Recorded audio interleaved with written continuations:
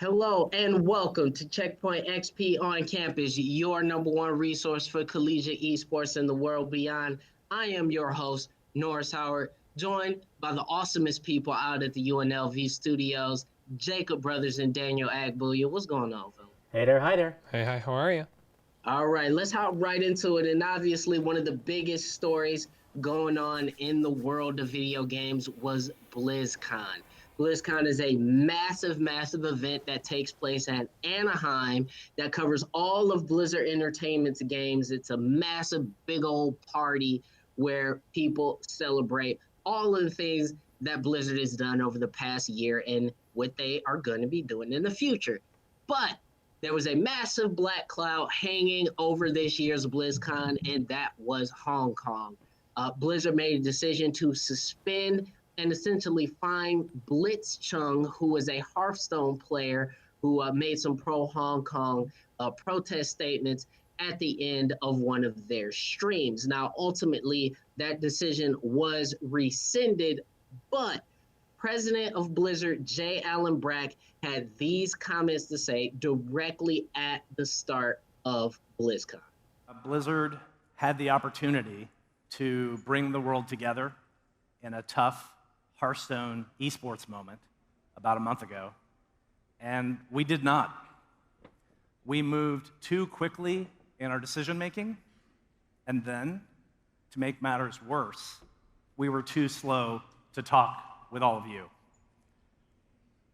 When I think about what I'm most unhappy about, there's really two things. The first one is we didn't live up to the high standards that we really set for ourselves. And the second is we failed in our purpose. And for that, I am sorry, and I accept accountability.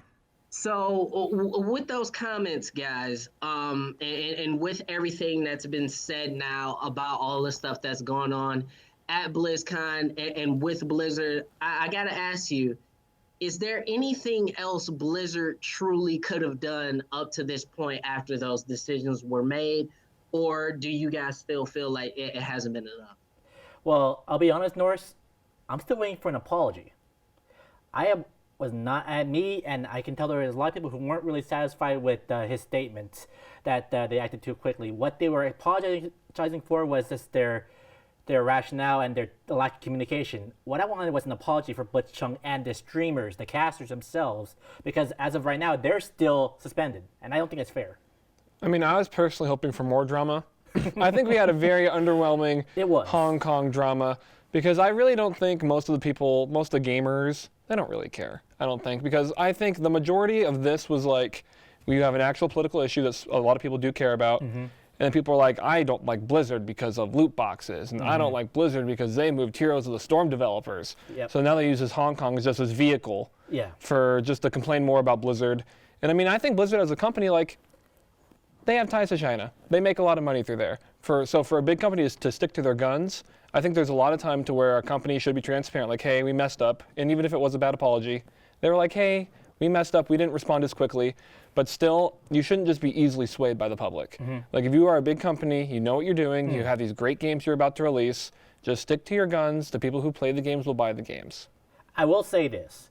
What I did appreciate is that the Blizzard president was interviewed on PC Gamer, and he also clarified what it was that Blitzchung got banned for. And what they wanted to make sure is that their broadcast would be focused on their games. And if the moment they allow political statements, it's just going to add like a big slippery slope for more people can hijack their broadcast. And you know what, I can respect that. Yeah, at the very least, they mentioned it at the beginning of their opening ceremony. Like, it wasn't like a last thing in the last second, like, oh, by the way, we messed up. They're like, hey, this happened. We are aware you're mad. So to answer your question, Norris, I think if they made that clear about why they suspended them and made that the focus, then honestly, I think people would have been a lot more more willing to move on. I mean, they could strip away a lot of that businessy talk, but at the same time, it's also like, you're a huge corporation where you own a lot of the PC world. Like, sometimes you just have to act like it. But at the end of the day, people came there had a good time. Yeah, and I mean, I'm inclined to agree, unfortunately, with Jacob here, is that there's so much money involved in this, and you can't expect them to come out and make a direct personal apology to Blizzcon, because that's what giving him his money and reducing his suspension was. That 100%. was their version of a personal apology to him. They apologized to their community, and I'm sorry, I reject this concept that they didn't make an apology when a grown man says, I'm sorry, I take responsibility for it. It kind of doesn't get much more apologetic than that, especially from somebody in charge of a big corporation. But moving forward with all the stuff that we saw at BlizzCon, we have the announcement of finally Diablo 4, a game that I never thought I would ever see in my waking years. It is here. It is coming out. Guys, what is your reaction to Diablo 4? I mean, this is an old legacy brand here. I was at my job as the stream was going, and once the Diablo section came on, I pulled up a chair, I sat down, I watched that whole cinematic, and then as soon as I got home, the first thing I looked up was gameplay, and I am so ready for this to ruin my life. Blizzard's worst kept secret is finally out in the open. Right? It really is. So we got some confirmation here. It will be available on Windows PC, PlayStation 4, Xbox One. Nothing about a Switch version yet, but it'll be there. It'll be there eventually. Maybe not on launch, but it'll happen.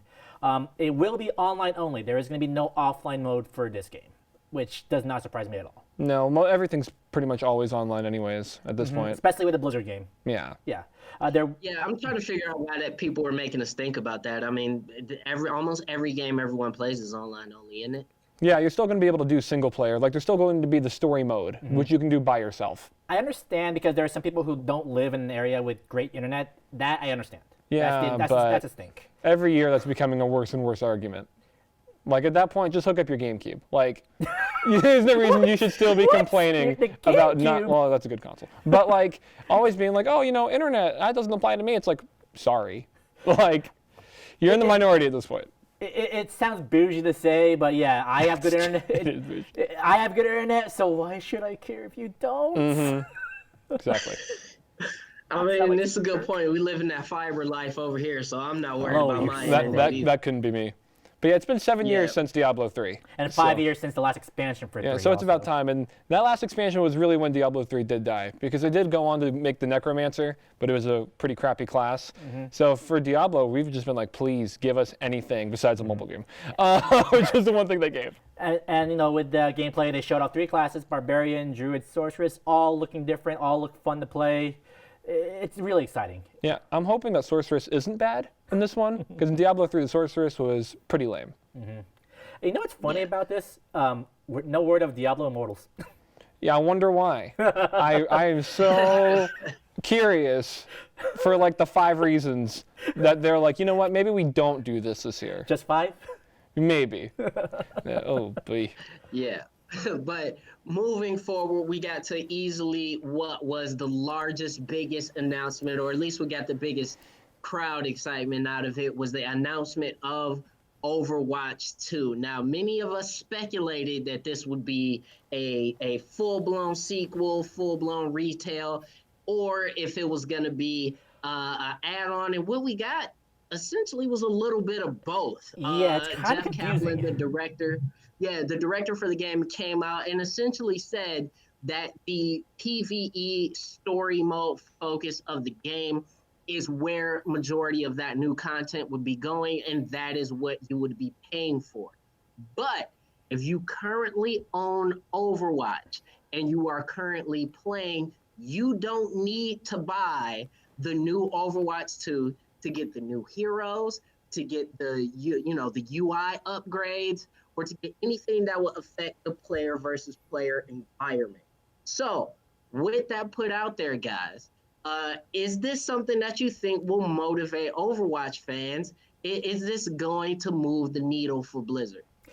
I think it's going to bring people back to Overwatch, that's for sure, because me and I know a few other people here, they liked Overwatch when it first came out, but after a while, they couldn't really handle the competition. They couldn't really, deal with the grind of this constant PvP. So giving them the option of like, hey, play with your friends and do PvE, that's going to bring a lot of people back. Well, a campaign was the number one thing everyone wanted from this game for a very long time. Like when they were announcing this, I was like, literally, if they just release a campaign, That's what we need. I think it is a little weird that they're calling it Overwatch 2, because it really is like an Overwatch Chapter 2. Like, it's not a full sequel, so it's a little odd.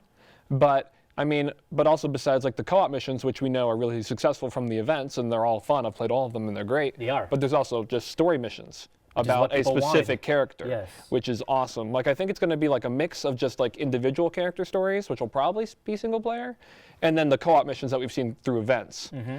And all that matters is that Lucio's getting a lot of love. Yes. And Winston's getting a lot of love. His hair glows now. It's cool. He is my guy. I love Lucio so much. Like, the fact that he's getting special attention was already enough. So, and then the new push mode is going to be really cool. Because I think for the Overwatch League in particular, it's going to be fun. Because it's going to stay right in the middle for so long. Oh, yeah. Because everyone's so good at the game. Yes. I cannot wait for that. These are going to be some long games. Yeah. But then the PvE stuff of leveling up and using your abilities in the story missions, really cool. I am relieved to hear that it's not coming to PvP, though.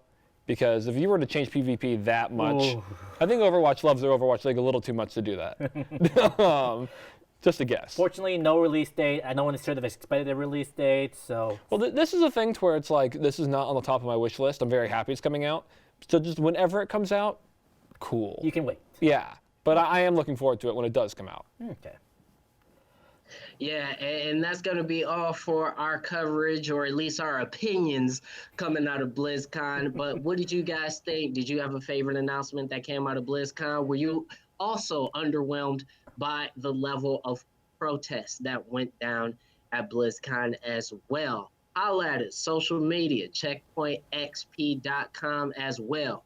We are going to have more. We're going to talk to Kyle Browning of XLive about one of the biggest esports summits in the country. So stay tuned for that. Coming up next on Checkpoint XP on Campus.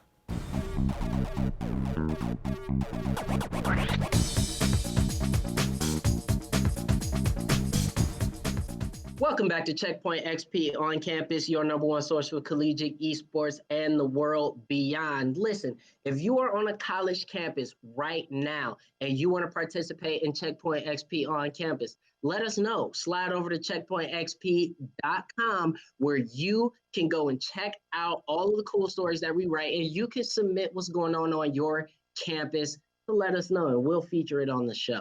But coming up, we're going to talk to Kyle Browning. He's with XLive, and they're going to talk about one of the biggest live esports conferences or summits that's out there in the country. So, guys, take it away. Kai, thank you so much for joining us today. Thank you very much for having me. I'm excited to be on. Now, I want to start off, what is XLive and what is it that you guys do? Yeah, so XLive is a trade show and conference for individuals in the live entertainment space as well as the esports space. So we have two different conferences that we produce, one which is coming up in October 17th to 20th in Las Vegas.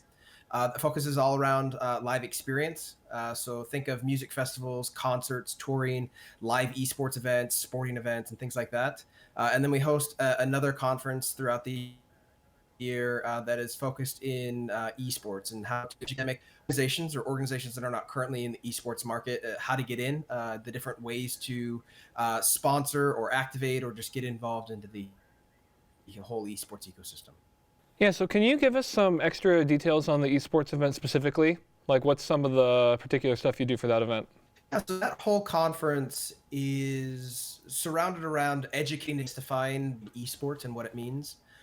So we do a lot of educational content around that, just really basically helping people understand what is esports and how to get involved from every different capacity, from a team level to an investment level to brand activation level. So a lot of our sessions, our panel discussions, our keynotes, our fireside chats, things like that, revolve around, what's the difference between esports and streaming? How do you get involved and how do you get in front of this millennial audience that all of these brands are very excited to get in front of? But as well as, following different market trends. We're seeing a very large amount of money getting invested into the esports space, just really following those stories. Helping people understand why, that it's not a fad and that it, is mainstream entertainment and it's kind of here to stay. And Kai, what exactly got you interested in esports? Oh man. Question. I've actually been in esports for about 6 years now. For company in Chicago where I grew up, looking for things to do. I moved to a new city, didn't really know anybody, and went to this gaming event because gaming's always been kind of a thing in my life. So I went to a gaming event and just realized it was just so poorly ran. And so I realized that there's a problem that I could solve through my experience in the live event space. And so I kind of just took two of those different passions that I had, producing live events and video games, and just made it into a big hobby. And now my career. So, I started my collegiate esports program. I've helped other collegiate esports programs get off the ground. Also produced a handful of different events around gaming and esports, a video game and tabletop convention, as well as a few other different events. And so it's just been something that I've been involved with for a very long time now, and a lot of it's just because of the background that I had within live experience, and I've been able to cater that to the esports market. So one thing that we've talked about on the show a couple times is just the organization of college esports, how we have a hard time wrapping our head around it. Everyone's doing their own thing. So what did you learn specifically while organizing esports, and what would you change? If you could make a change that could affect all of esports collegiate organizing as a whole, what would you do? I think the thing that I learned the most while working with collegiate organizations and with my college specifically, which is Utah Valley University, is that there's kind of two components to the collegiate space. You have the people that just want to get together and game, that want to have a community of gamers and people like that. And then you have the other people that are really only in it for the competitive aspect. So, your varsity teams competing in Heroes of the Dorm or any of the League of Legends or Overwatch or anything like that. And so I think everyone tries to make it, well, we want to offer scholarships and we want to get people to come to your university. And that's great. And I think that's awesome. But there's so much more. And I think you alienate a much larger audience by only focusing in the competitive aspect. So it's more along the lines of how can you do both simultaneously?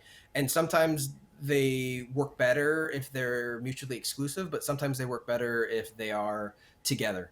And so it's just really finding out who your core demographic of students are and kind of what their interests are, and then how to work and build off of that. And Kai, as a person that's basically teaching people how to present the live esports product, what are some of the spaces that students can look at for potential careers in esports? That one, I think with the way that the esports ecosystem and kind of state of the space currently is, it doesn't matter what your interests are or what your strengths are. You will be able to find a job or career within esports no matter what you do, whether that's accounting, event management, anything in the computer science areas, to selling. Right, we're in a point in time where people need skills to be able to add to the esports, to an esports team or to a company. And if you don't have those skills, it's not very helpful, right? You can't just like esports anymore. You have to be able to provide some sort of value on a business side of things to be able to support that group, that organization or company that you're working for, but as well as the entire ecosystem as a whole, if that makes any sense. So you think when it comes to schools finally kind of pushing the envelope for esports as a whole, that kind of the JV varsity system would work best? Where you have the competitive team and then you have kind of the club attached to it for the more casual crowd? Yeah, like I mentioned before, it's kind of it's going to be dependent on the universities that you're going to and then the ones that you're working with. I would say by and large, most of them have a gaming community in some aspect. And then you're going to be able to find those that are going to want to compete and represent the university as a whole on a varsity or JV program. I also think that there needs to be some sort of paradigm shift with the current competition structure. And I really think it would reside best or do the most well in living within the conferences, right? Whether you're part of the Pac-12 or the Big Ten or the WAC or whatever conference that you're part of. The reason why all of these universities are in conferences are dependent on the size of the university as well as the resources elsewhere. And so, make those people be together, right? For example, the university that I, worked with and started was Utah Valley. We were part of the WAC conference, but anytime we competed in any esport tournament, we were always part of the Western Division. So we were going against University of Utah, UCLA, USC. I mean, some of these very large schools that just have much more resources and much more student bodies, that it's just really hard to compete with them from a competitive standpoint. And then you always had, the people that were always in the finals were the ones that had the most resources: University of Utah, Ohio State, Robert Morris. And so it's one of those things of, I think, to exceed in the competitive varsity structure, first and foremost, it needs to reside within the conference structure. So I really like the fact that a lot more conferences are getting on board as far as providing some sort of collegiate esports competition.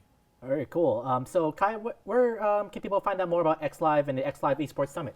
Yeah, so you can visit us online at xlivecon.com or esports.xlivecon.com. Again, our show's coming up in a couple weeks now, November 17th to the 20th. That one's focused more on live events, but we do have a handful of esports-centric panel discussions. A lot of them focus around the live event of esports. So if you're interested in working in that space or just learning more how kind of that operates, we have people from ESL, from a couple other agencies that have also worked in producing a lot of these events. Also the former CMO of GameStop, who is kind of overseeing a lot of the work with Complexity and the Complexity Arena and training facility that they have. But again, that show is xlivecon.com. There are tickets still available, and I can send you guys a link to share with your students to have a student price as well. All right, Kai, thank you very much for joining us. We really appreciate your time, man. Thank you, Kyle, for joining us on CheckpointXP on campus. If you want to know more, you can always slide on over to xlive.com for more of the information on that organization. But coming up next, we are going to have another interview. That's right, more than one person can like us at a time. We're going to talk to Adam Antor of Aquinas College about what's going on their campus in terms of esports. So stay tuned for that on CheckpointXP on campus.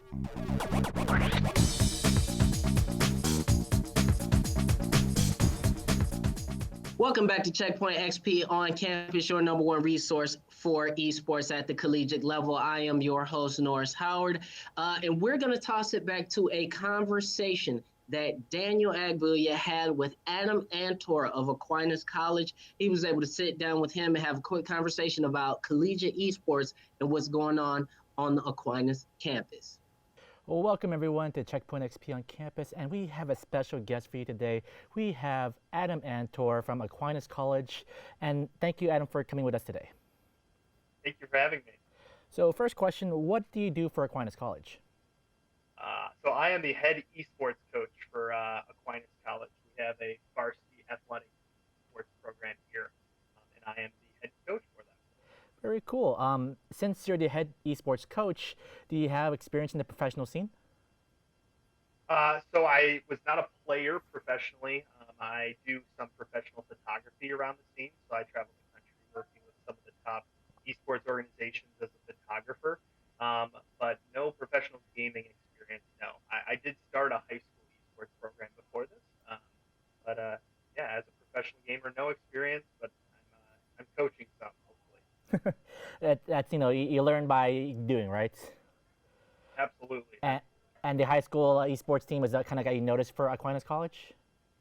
Yeah, so I was in town and I started a high school esports team kind of as a side passion project as I was working at the high school as the marketing director. And I found a group of students. I actually found somebody wearing a Na'Vi jersey, if you're familiar with Counter-Strike, and I started a conversation with him. Yeah, and I found out that there were 3 players that were pretty talented at Rocket League, so we entered in a national high school league and ended up finishing 4th in the country. And that's where I got my start in coaching esports. Very cool. So let me talk about the Aquinas esports team. So let me clarify something. Is this a team that's recognized as an athletic team by the school? Yes, it is. So we are just like any other athletic program. We are a varsity athletic program under the athletic department. I have the same scholarship structure as other athletes or athletic programs on campus, and I have the same funding, support from the school, etc. And since this program is relatively new, what did it take to convince the administration to recognize you as an esports athletic team? Yeah, that whole process was a little interesting. I was and still am working on my master's here at Aquinas. And I actually just started the conversation as wanting to start a gaming club. There wasn't one on campus, and I was the president of one at the undergrad institution I attended a couple of years back. So I wanted to start a gaming club, and through some conversations, I get pushed up and up the ladder as esports was kind of a hot topic at the time, and still is. And it ended up being a conversation with a lot of the senior administration, and eventually they decided they wanted to pursue sports as a varsity athletic program, and they asked if I was interested in the job, and here I am. And you've been receiving nothing but most support from the school. Yeah, it's been amazing from everyone. We did have some worries that maybe some of the traditional athletes or other students on campus wouldn't be as supportive because they might not see it as a sport, but it's been nothing but positive from everyone. We have a lot of dual sport athletes who are athletes in traditional athletics as well as on our esports roster. So we even have competitors who are athletes in the traditional sense as well, who are playing with us. That is very cool, very cool. So that's the time for us today here on the show. But if you want to hear more from Adam, you can check it out on the website at CheckpointXP.com, and you can check it out more there. Thanks for having me. Mm-hmm. And we got more Adam here for you today. So what are some difficulties you found in balancing student practice time and academic responsibilities with your students? Yeah, absolutely. Academics is, for me personally, academics is why students are here competing. At the end of the day, it's about academics, it's about getting your degree.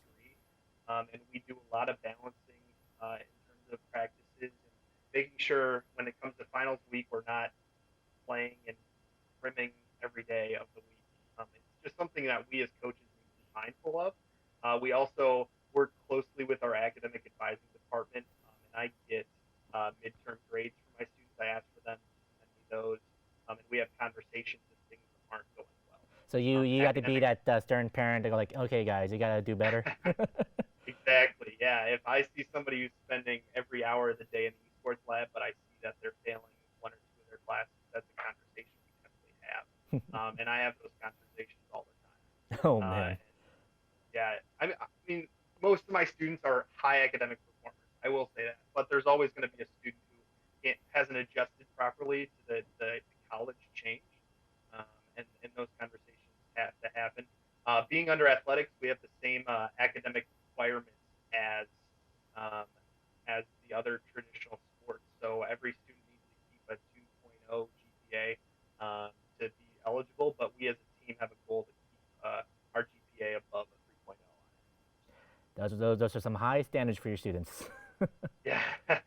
I mean, that's what we want out of our students, our athletes, our competitors, is a high academic standard. I mean, we're not here to just coast through college. We're here to pursue excellence. Really nice, well said. So I want to kind of talk about the collegiate esports scene in a whole. How important would you say that esports builds a foundation on the college scene? So collegiate esports is, it's extremely new. The first program was Robert Morris just a couple of years back. Actually, our League of Legends coach was one of the first competitors at Robert Morris. Wow. Scholarship. And now they're graduated and out in the workforce. But college esports really has the opportunity to be a funnel for some of the top gamers in the world. It also has the opportunity to foster community among gamers, create friendships, and bring a sense of community to a part of campus that might not have had a place to call home. And that's been my philosophy ever since starting the program at West Catholic, was to create a community of these, some would say outcasts, but to create a place where they can call home and make friendships that can last a lifetime. So, yeah.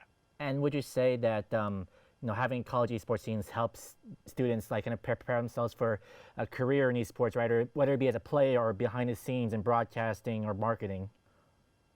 100%. I mean, what's cool about esports is that the only opportunity to be in esports is not just to be a gamer. I mean, if you look at what you're doing and the opportunities that you've had already because of esports, casting, production, the gamer, managing, coaching. I mean, there's just an infinite amount of opportunities to be involved in a program at the college level. Gives you real world experience before you're out in the real world. So it's invaluable. I mean, it's amazing. It definitely is. It definitely is. Winding down here, where do you see and where do you want to see college esports go in the future? It's hard to say because, I mean, 2 years ago, this would not even be a dream of mine. I mean, I didn't even think college esports would be a thing ever 2 years ago. Sure, there were a couple programs here and there, but it's exploded. It's something, it's unreal. So I don't know if I could even guess what esports at the college level is going to look like in 2 years, but if I were to guess, I would say it's going to be, first of all, absolutely much more massive, exponentially. I mean, we've seen growth just in the state of Michigan. Next year, we're doubling again the amount of varsity programs in esports, and now we're at 180 plus varsity programs across the country. That number has doubled since last fall as well. So that number is just going to keep expanding. I think the larger universities are going to start slowly adopting it. It started with the smaller schools, and it'll grow to the bigger schools. We'll just see more and more massive opportunity for gamers.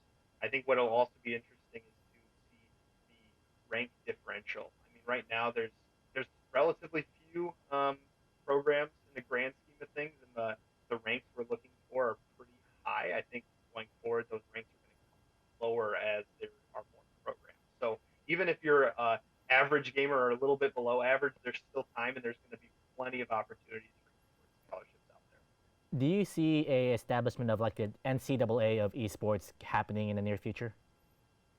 I think there are some things happening right now. I think NACE is the equivalent of the NCAA that we're in, the National Association of Collegiate Esports. But in the grand scheme of things, it's relatively small. There's 180 members in that right now.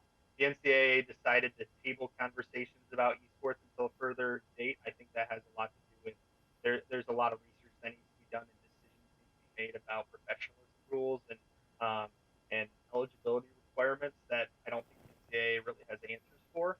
But I also see in Riot created a scholastic association, which I think could eventually be another entity like the NCAA, but for Riot Games. And with the announcements of their new games, I think they're looking to be that body. So, I mean, at the end of the day, I don't know what it's going to look like, but there's a couple different visions that could come to fruition that are really exciting to watch.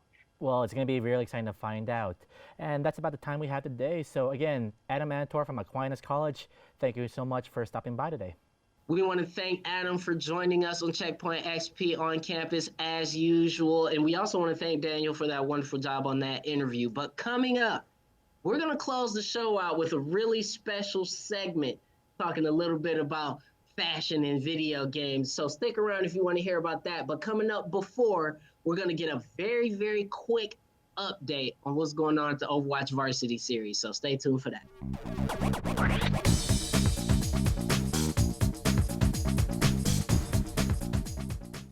Welcome back to Checkpoint XP on campus, your #1 resource for esports at the collegiate level. And if you haven't noticed throughout the show today, Daniel Agbuya is wearing quite a dashing jersey this evening. Handsome lad. If you want to get one of those beautiful, beautiful Checkpoint XP esports jerseys, slide on over to checkpointxp.com and hit that shop button where we have all kinds of beautiful merch for you to check out. But y'all know what time it is. It's time for the big brain. Jacob Brothers is going to let us know what's going on in the varsity series as well. Talk a little bit about the Overwatch World Cup that went down at Blizzcon. So take it away. Come on, Captain Cranium. What's up, gamers? All right, quicker segment this time around because, not too much happened, but we did have the final two teams make the top 10. So, Jacob, we'll make the 10 of playoffs. Who are the final two teams? The final two teams are Rutgers and Northeastern. Two teams that were invitational teams, and they're also from the East. So we got 6 teams from the East going to playoffs, baby. Oof. The West is kind of on the hot seat, but, Well, I don't really know why, but. And then I am so frazzled right now. For the World Cup. Yes. That's why I'm so frazzled. I'm so frazzled because NA won something. NA won the Overwatch World Cup. Not only did they win, they swept. Yeah, I wasn't even watching because I thought it was just going to be Korea that won again and then maybe China that got second. So I'm just scrolling through Twitter and it's like, oh, congratulations to the USA. And I read it 4 times because I thought there was a typo somewhere. I thought Norris died on Twitter for a moment. I thought I was going to join him. I was not prepared for that news. But yeah, big congratulations to Rutgers and Northeastern. I think it's going to be a really awesome playoffs that do start next week. Mm-hmm. And on my little power ranking that we went down last week, I'll just give a brief little rundown with the 2 new teams added. So going from top to bottom, I got Maryville, North Texas, Harrisburg, Winthrop, Utah, Irvine, Missouri, Rutgers near the bottom, Dallas, and then Northeastern at the bottom. Because Northeastern did struggle a little bit to get their spot, while Rutgers just kind of glided. So I think it's going to be Maryville that takes it all. North Texas is going to go because they're in the West. Got it. So that's our quick little update on the Overwatch Varsity Series. All right. Well, thank you for that super quick update, Jacob. We're definitely going to come back, and you're going to join us and allude a little bit to the most stylish skins that we've seen in one of the more popular esports in the world. So stick around for that. More is coming up on CheckpointXP on campus.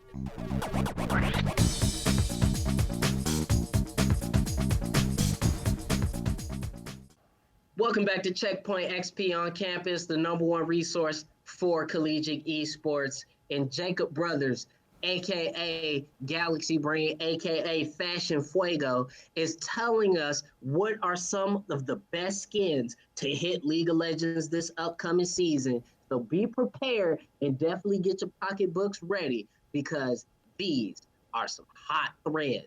Jake, what's going on? Hello, darlings. We are here to talk about some skins. And these skins are themed after True Damage, a band. And so we're going to start with my girl, Akali, okay? Now, Akali, she's probably one of the more basic of the bunch. She does have a pretty nice gas mask. Her hair and earrings are on point. I would call them fleek. But, you know, outside of, her weapons are nice, but like her jacket's fine, her top's okay. But the gas mask, I think it does tie it all together a little bit nicely. Which one's better, this or the KDA outfit? This is the KDA outfit. No, this is the True Damage outfit. Oh, sorry. Well, I'm liking True Damage. Okay. So, moving on, we got Echo. Echo, my guy. Ooh. He does look like a king, I gotta say. So for this, they went with some yellow accents. And I do think it does tie together well. The yellow on the sword is what is the eye grabber. But if you look on the inside of the jacket collar, there is some yellow. And that also was a little splash of the shoe. Pretty nice. I'm gonna say, you know, I'd wear it. I'd take it out. But I think the real talk of the show here is our girl, Kiana. Oh my. Brother, look at this skin. I cannot believe the amount of bling on this is intimidating, okay? First off, let's just start with the weapon, because that's the elephant in the room. Those diamonds are bigger than her torso, bro. That weapon is worth at least 100 mil. I would let her hit me with that weapon, okay? That thing is so valuable. But moving on. What? Her jacket, very nice, very, very puffy, very dominant, I'd say. And then her top matches her hair. Do you know what kind of a flex you have to have for your top to match your hair? Also, you know, the blue and pink, awesome combo, some Hangzhou Spark. I'm digging it. She has gold body jewelry. Dude. Stop yelling at me. How can someone be this fetch? I love the letters on the side, the stripe down the leggings, very nice. Rings on her finger. This bling on this woman is unrivaled.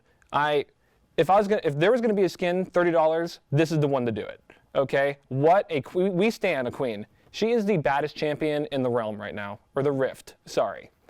And then we got Sienna, the newest champion to come out. It's not bad.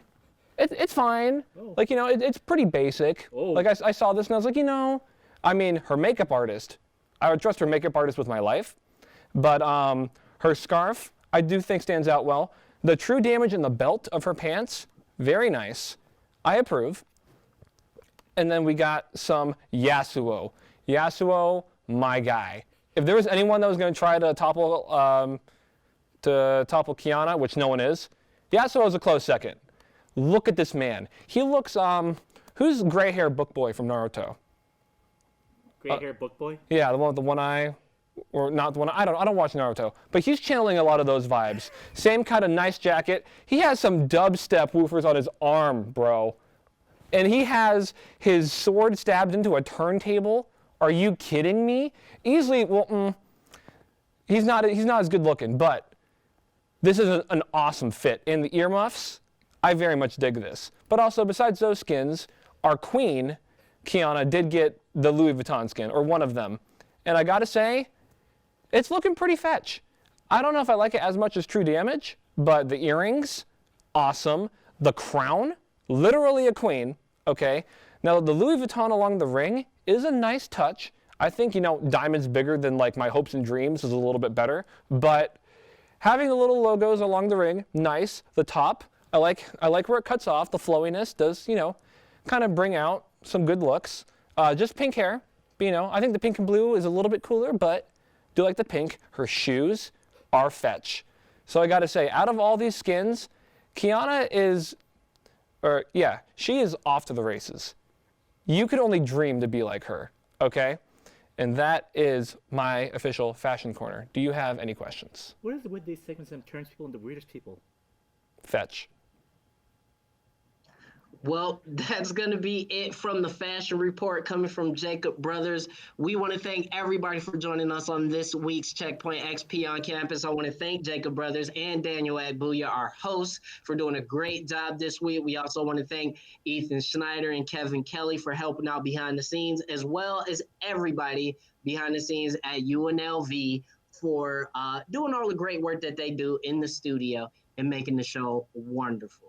We also want to thank all the awesome people here in the Detroit studio that help us out as well. Don't forget, we are here same place, same time, every week, where we're going to let you know all the cool stuff that's going on in the world of college esports, as well as how you can participate. So we hope, as a matter of fact, we demand that you come back next week for Checkpoint XP on Campus. Take it easy. Later, darlings. Take care of yourself.